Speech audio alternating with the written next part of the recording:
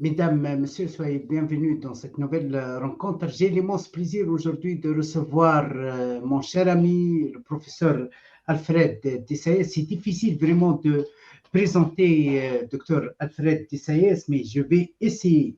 Professeur Alfred Dessaïs, c'est un professeur de droit, ancien haut fonctionnaire des Nations Unies pendant 22 ans, ancien secrétaire du Comité des droits de l'homme et ancien chef du département de requête au bureau du haut commissaire des droits de l'homme à Genève. Aussi, il est écrivain. Merci infiniment, professeur, d'avoir accepté notre invitation. C'est un plaisir pour moi de vous recevoir toujours. Merci de l'invitation. Je suis toujours à ta disposition, Abdel. Merci beaucoup, professeur. Professeur, concernant les massacres, concernant cette guerre déclenchée contre la population palestinienne à Gaza depuis le 7 octobre, avec un bilan catastrophique pour l'humanité, presque 36 000 personnes qui ont perdu la vie, surtout 15 000 enfants, 15 000 enfants, et on parle de aussi 11 000 femmes, sans parler des séquestrés, des disparus, on n'arrive pas à trouver de réponse maintenant. Et Ursula von der Leyen accusée de complicité à la Cour pénale internationale suite à une initiative déposée par l'Institut international de recherche sur la paix de Genève, GPRI, dirigé par notre cher ami Dr Gabriel Galis, et le collectif des juristes pour le respect des engagements internationaux de la France. Vous étiez parmi les deux experts qui ont travaillé sur ce saisie, cette plainte, etc. On aime savoir avec vous quelques détails sur le raisonnement, la motivation de cette plainte.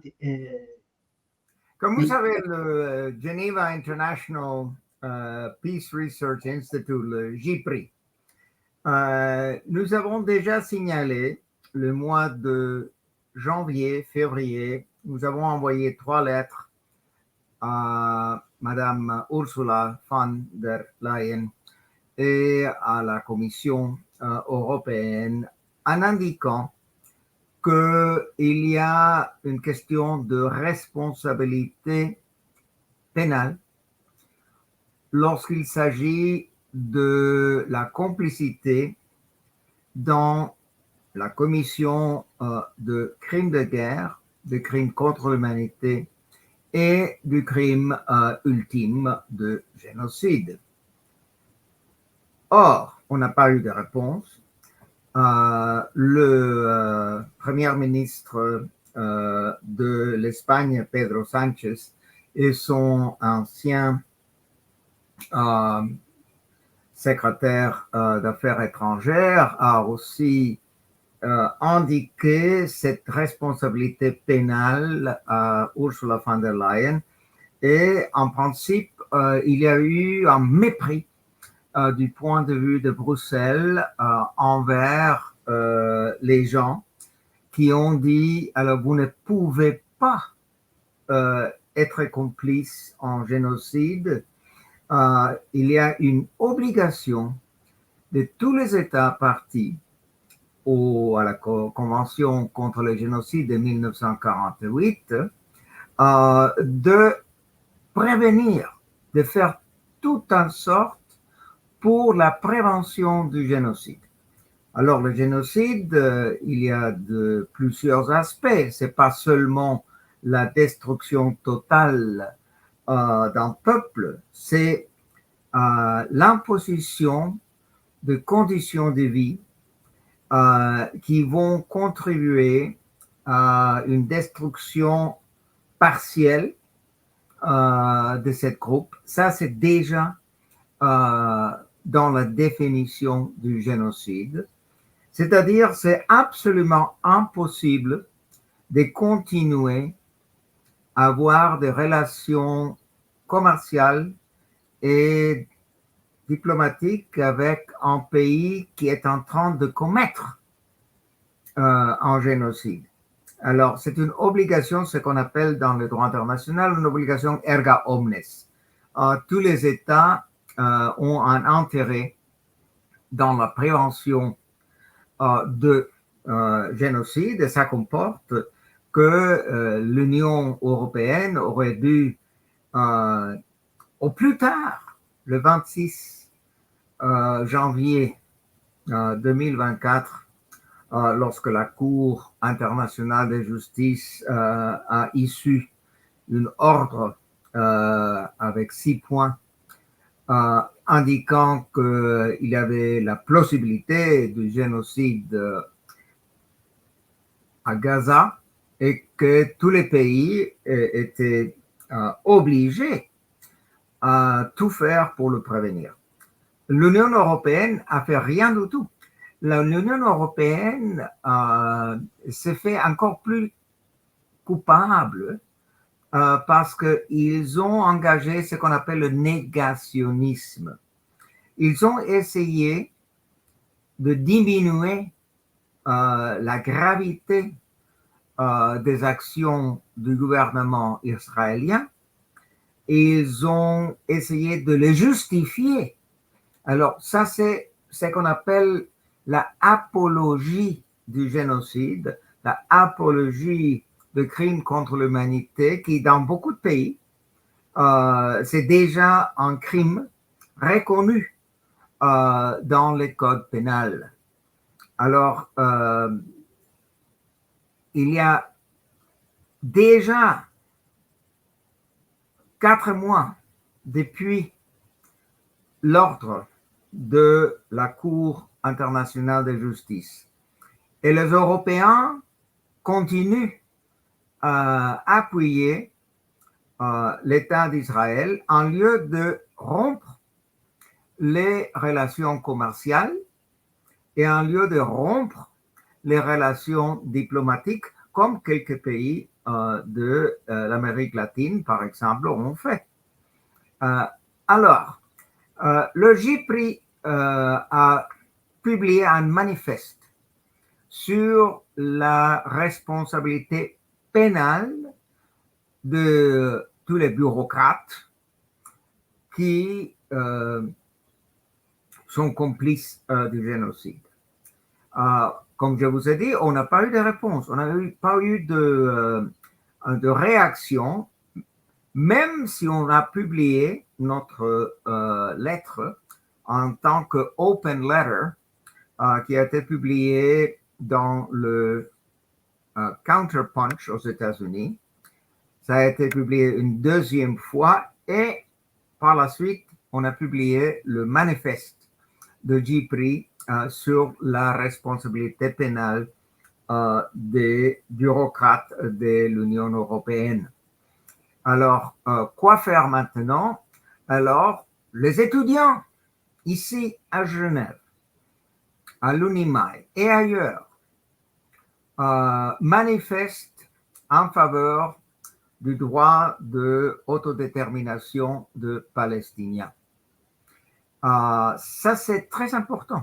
Chez nous, lorsque je dis chez nous, je parle surtout en tant que citoyen des États-Unis.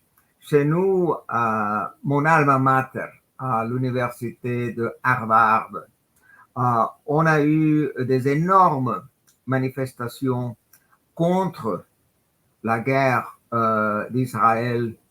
On a eu des manifestations à Columbia University, à Berkeley, à Michigan, partout.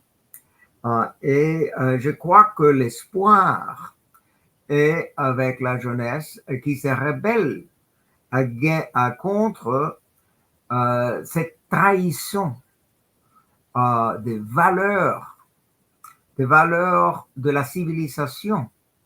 Parce que ce qu'on voit maintenant, c'est une rébellion des élites européennes en Angleterre, Royaume-Uni, la France, l'Allemagne. Il y a une rébellion contre le droit international. C'est quelque chose d'agaçant de regarder comme Ursula von der Leyen et toute la machinerie de Bruxelles est au service de l'OTAN, est au service des États-Unis, est au service du néocolonialisme, alors une trahison à toutes les valeurs européennes. Alors c'est quelque chose qui m'agace d'écouter Madame Ursula von der Leyen, qui même maintenant a parlé d'une sorte de vaccin contre les fake news, un vaccin contre les gens qui ne sont pas d'accord avec la politique de l'Union européenne, etc. On va vraiment dans la direction de totalitarisme. Si vous avez lu 1984 de George Orwell, nous avons ici un problème de le ministère de la vérité. Le ministère de la vérité, c'est Bruxelles. Le ministère de la vérité, c'est le pouvoir impérialiste et néocolonialiste de l'Union européenne qui veulent partout supprimer la dissension, supprimer la liberté d'expression, la liberté académique.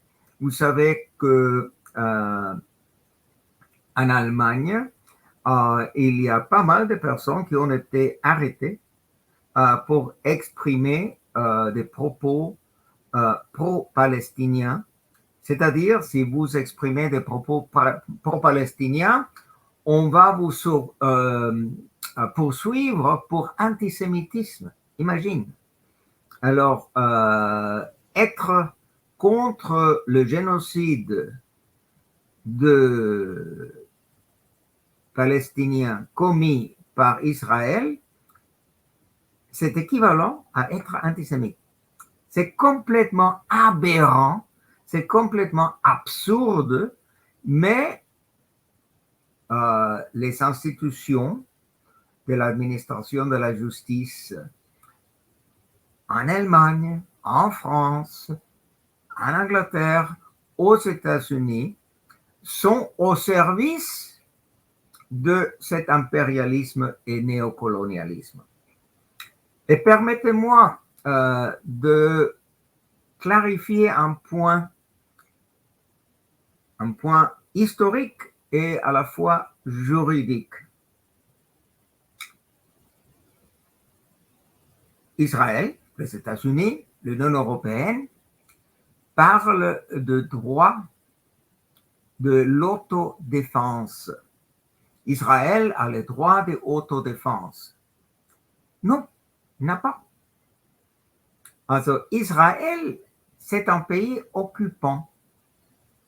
Le pays occupant n'a pas le droit de se défendre d'un peuple qui a le droit, en droit international, de demander l'autodétermination.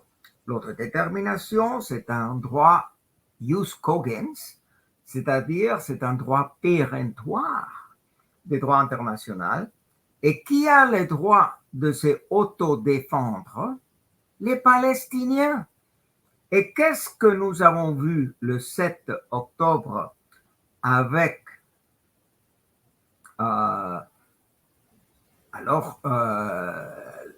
l'attaque et les atrocités qui ont été commises par quelques membres de Hamas en Israël? Qu'est-ce qu'on voit là? Ce n'est pas le commencement d'une guerre. C'est une rébellion contre l'oppression israélienne, contre un siège, un blocus qui est totalement illégal en droit international, un blocus qui a été imposé par Israël l'année 2007, c'est-à-dire il y a 17 ans que la population de Gaza a été soumise à un siège illégal. Ça me fait penser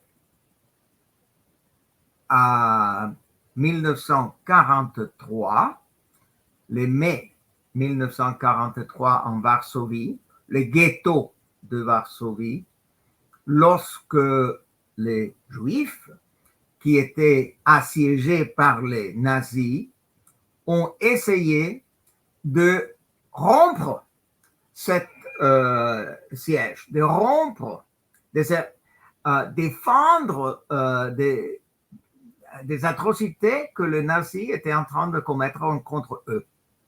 Alors, qui avait le droit de autodéfense? Les Juifs du ghetto de Varsovie 1943. Aujourd'hui, qui a le droit de autodéfense? Ils sont les Palestiniens, pas Israël. Israël, c'est le pays occupant. Alors ça, c'est une distinction très importante dans le droit international. En plus, si on pense à l'article 51 de la Charte des Nations Unies, c'est l'article sur le droit de autodéfense, c'est très clair. On peut repousser une attaque. Alors, les Israéliens peuvent se défendre d'une attaque comme ils ont souffert le 7 octobre, mais c'est ponctuel. On peut repousser l'attaque, l'affaire passe au Conseil de sécurité des Nations Unies et Israël n'a plus le droit de continuer la guerre. C'est-à-dire, l'article 51, même s'il avait application, et je vais vous expliquer pourquoi il n'a pas application, mais même si l'article 51 avait application dans ces cas, c'était seulement temporaire.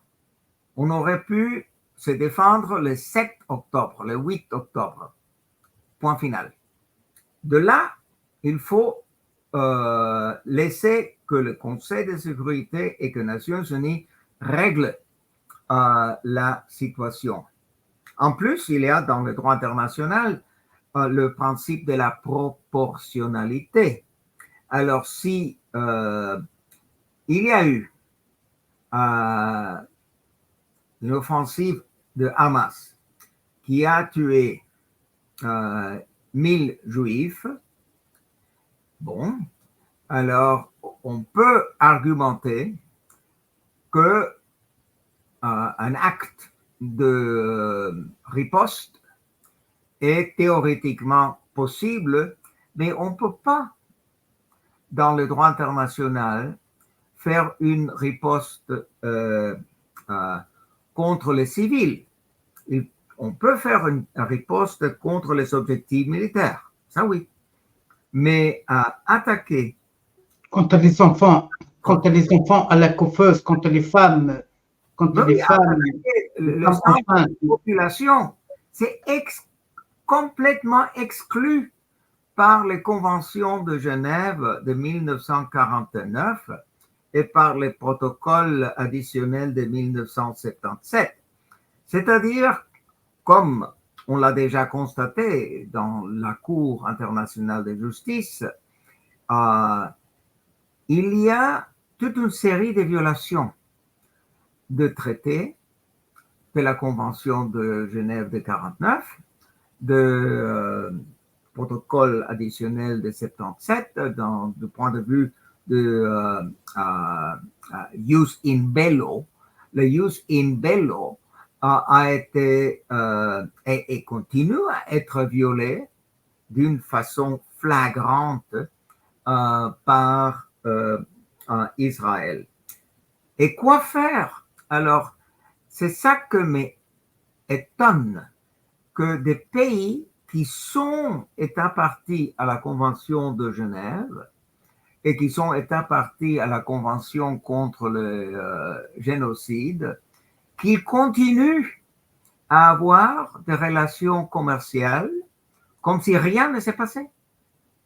Alors, c'est là la complicité. C'est ça ce qu'on a étayé dans notre mémoire juridique qu'on a présenté à Karim Khan, le procureur de la Cour pénale internationale, mercredi dernier, le 22 mai. Bien sûr, même si j'ai envoyé le communiqué de presse qu'on avait préparé le 22 mai, je l'ai envoyé à tous les grands bureaux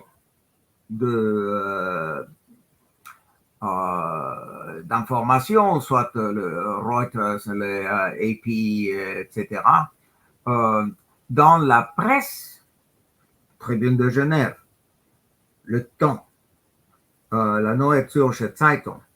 Vous ne lisez un mot sur ça. On va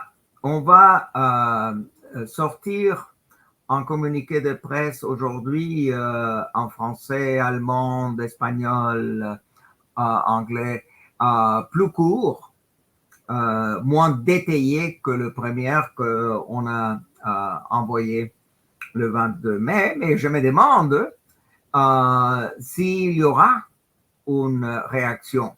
Vous savez où il y a eu une réaction? Au Al Jazeera. J'ai donné une interview, c'était vendredi, à une journaliste de Al Jazeera, et ça s'est déjà sorti. Mais alors, les mondes arabes. Oui, j'ai vu dans le monde arabe, il y avait beaucoup de. L'information a été relayée aussi dans Oui, beaucoup de journaux. mais L'Algérie. les citoyens Oui. en Suisse, les citoyens en Allemagne, en France, en Belgique, en Angleterre, ne savent rien du tout. Qu'on a présenté en mémoire juridique une requête qui a demandé une investigation sur les crimes de complicité par l'Union européenne. Alors ça, c'est quelque chose de impensable parce que nous avons dans les pays occidentaux, nous avons ce qu'on appelle en allemand Denkverbote. Denk, pensée, Verbote, interdiction.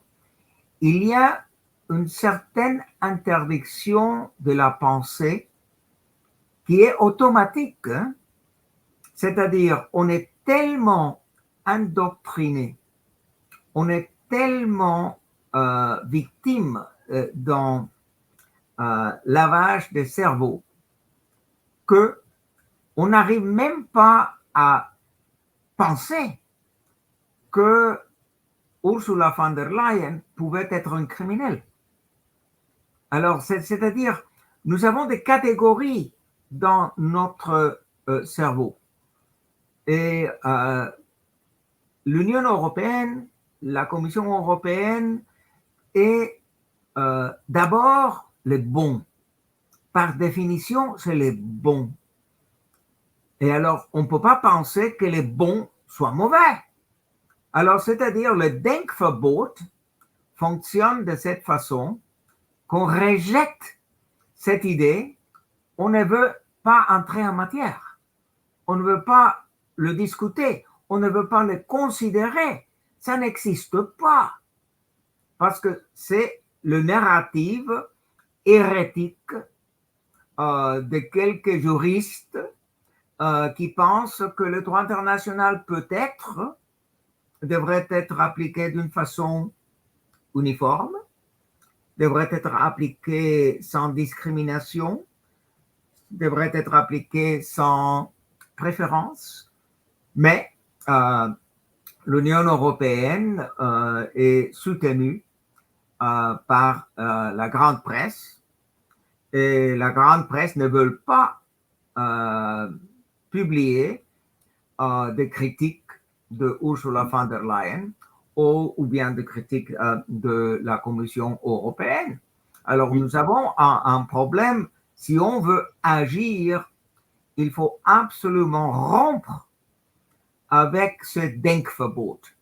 Il faut rompre avec ce blocage intellectuel, mental, qui nous empêche à analyser les choses comme elles sont, et pas comme les narratifs le veulent.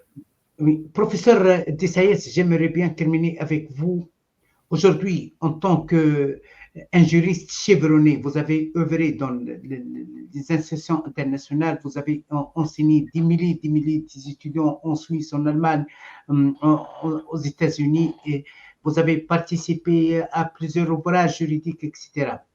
Aujourd'hui, juridiquement, lorsqu'on voit la réaction d'Israël juste après la décision de la Cour de justice internationale qui a ordonné à Israël de quitter Rafah, de ne pas attaquer Rafah, Israël vient de commettre un massacre contre un camp de réfugiés.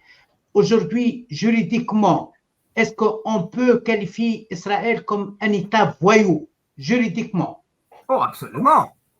Israël a été un État voyou depuis le début, mais un État qui est responsable de Nakba, qui est responsable de l'expulsion de presque 1 million de Palestiniens les années 1947 et 48, c'est là où la guerre a commencé.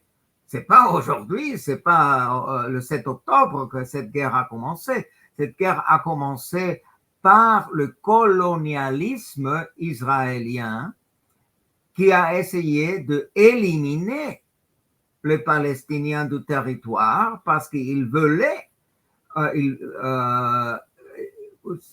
accaparer tout le territoire pour eux. Un pays juif, entièrement juif, sans les Arabes. Alors, et il y a une culture des mensonges, il y a une culture de mauvaise foi de la part d'Israël. C'est bel et bien un pays voyou, mais ce n'est pas seulement maintenant. C'est une aggravation supplémentaire que Israël ignore toutes les résolutions du Conseil de sécurité, de l'Assemblée générale, de l'ECOSOC, du Conseil des droits de l'homme. Ils s'en foutent de tout ça. Ils se considèrent avec une garantie d'impunité, et la garantie d'impunité, c'est les États-Unis. C'est-à-dire, c'est pas seulement Israël que c'est un pays voyou. Mon pays, les États-Unis d'Amérique, est aussi un pays voyou. L'Allemagne est un pays voyou. La France est un pays voyou. Le Royaume-Uni est un pays voyou. Il ne fonctionne pas de conformité avec la Charte des Nations Unies.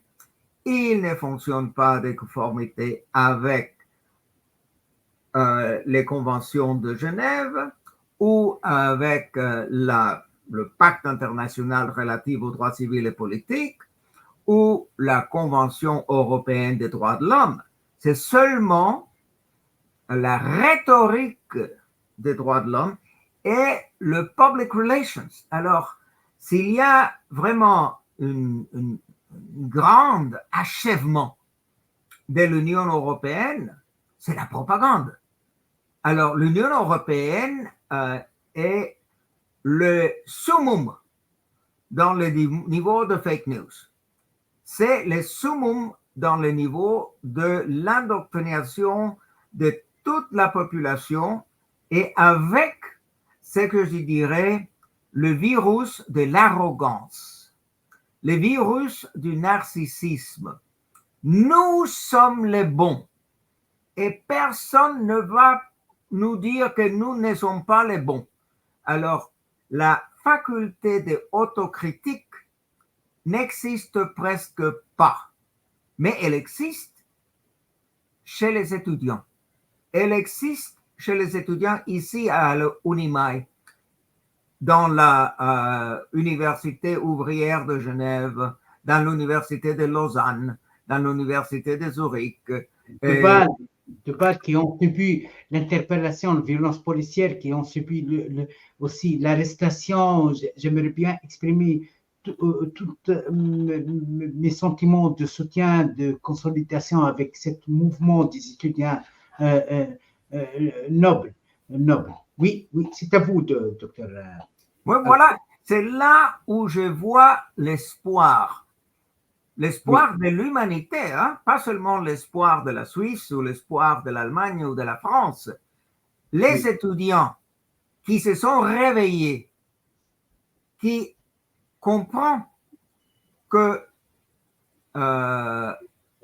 Bruxelles fait du mal, qui comprennent que nos politiciens font du mal, que nos politiciens sont en train de renverser l'ordre international, sont en train de détruire les droits internationaux. Voilà l'enjeu. Et alors, les jeunes ont compris. Beaucoup de jeunes ont compris, et même aux États-Unis, où il y a eu, alors, lors de la distribution des diplômes à Harvard University la semaine dernière, il y a eu une grande démonstration et on a chanté Free Palestine, Free Palestine, Free Palestine. Alors, ça me rappelle les derniers mots de Aaron Bushnell qui s'est immolé janvier 2024, devant l'ambassade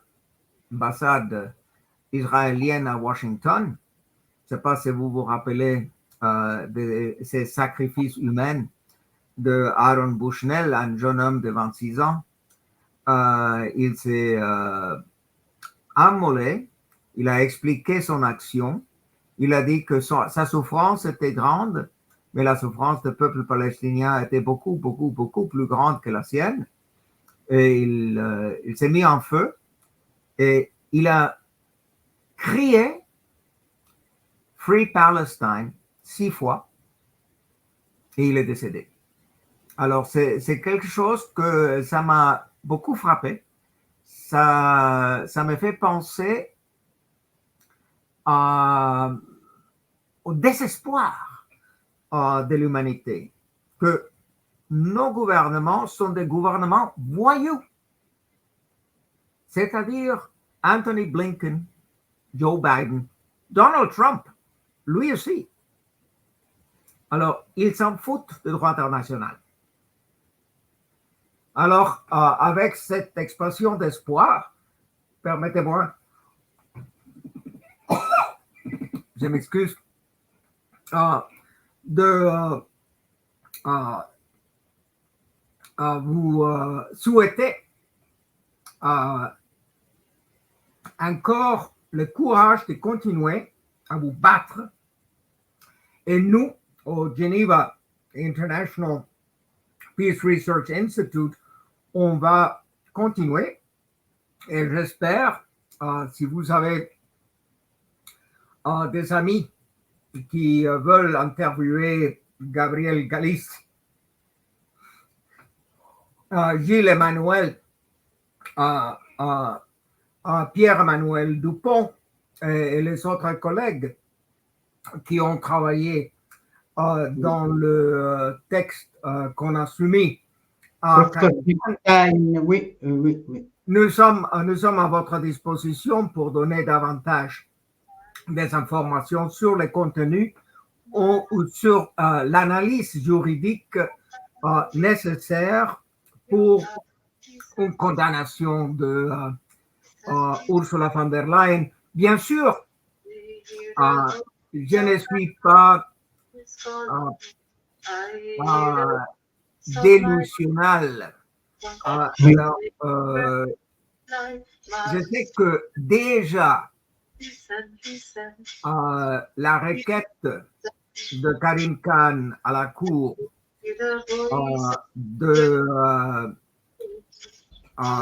pour suivre Netanyahou, ça c'était déjà quelque chose de surprenant et énorme.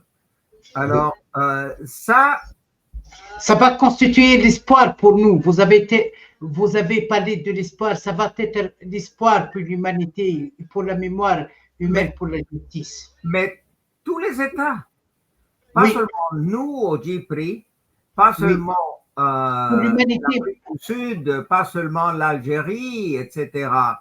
C'est nécessaire qu'une centaine de pays rompent les relations commerciales avec Israël. Ça, c'est nécessaire.